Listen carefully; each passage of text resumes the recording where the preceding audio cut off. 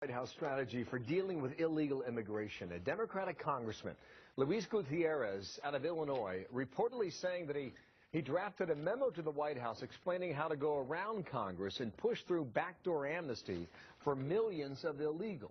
Have a listen here. The President of the United States said to me and said to others, I can't get anything legislatively done in the Congress of the United States.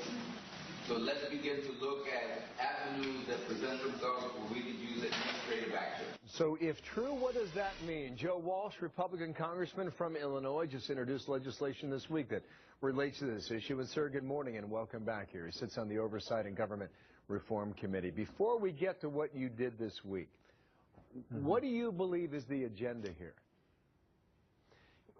The Obama administration bill, I think, has been pretty clear that their agenda is amnesty. They promised comprehensive illegal immigration reform when they came into office. Clearly, the president politically knows that that's not acceptable, and we're seeing the same old pattern. When he can't get something done legislatively, he does it by executive fiat. He's done that in other arenas, and it sure seems like with this latest directive with ICE last year, to only apprehend and pull over illegal immigrants who pose a national security risk and ignore all the others, that's amnesty by executive order. And, Bill, the other troubling thing is... But before you go to the next point, go ahead. You have, what, 11 to 15 illegals in this country, or whatever the figure is? It seems like nobody's quite sure. Given the manpower you have at your disposal, would it not seem smart to go after those that would pose a danger to the public? Well, look, federal law requires local law enforcement to work with the feds when picking up illegals, and it doesn't matter who those illegals are. I mean, they're required to enforce this law, and by this directive, this president now is instructing his department to ignore the vast majority of illegal immigrants, Bill, that are picked up. I mean, that's going against federal law. There was also a political statement, if you listen to what he said, and that is that you're not going to get anything through Congress, so this is your best route. Yeah. What do you think about that?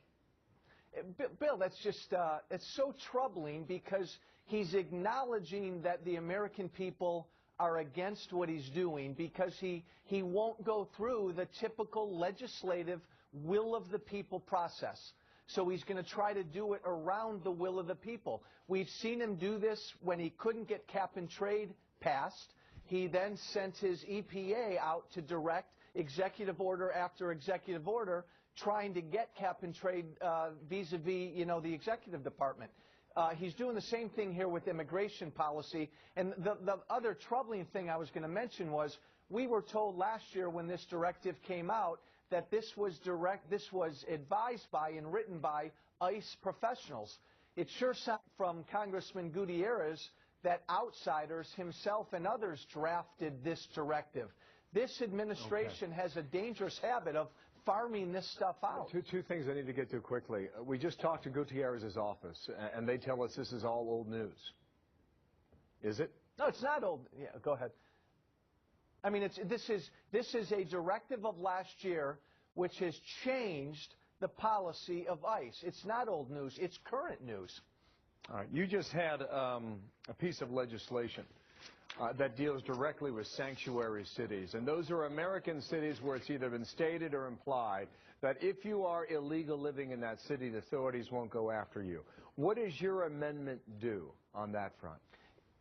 Again, common sense, Bill. It's been federal law for 20 years that local law enforcement is required to communicate with federal officials when they pick up illegals.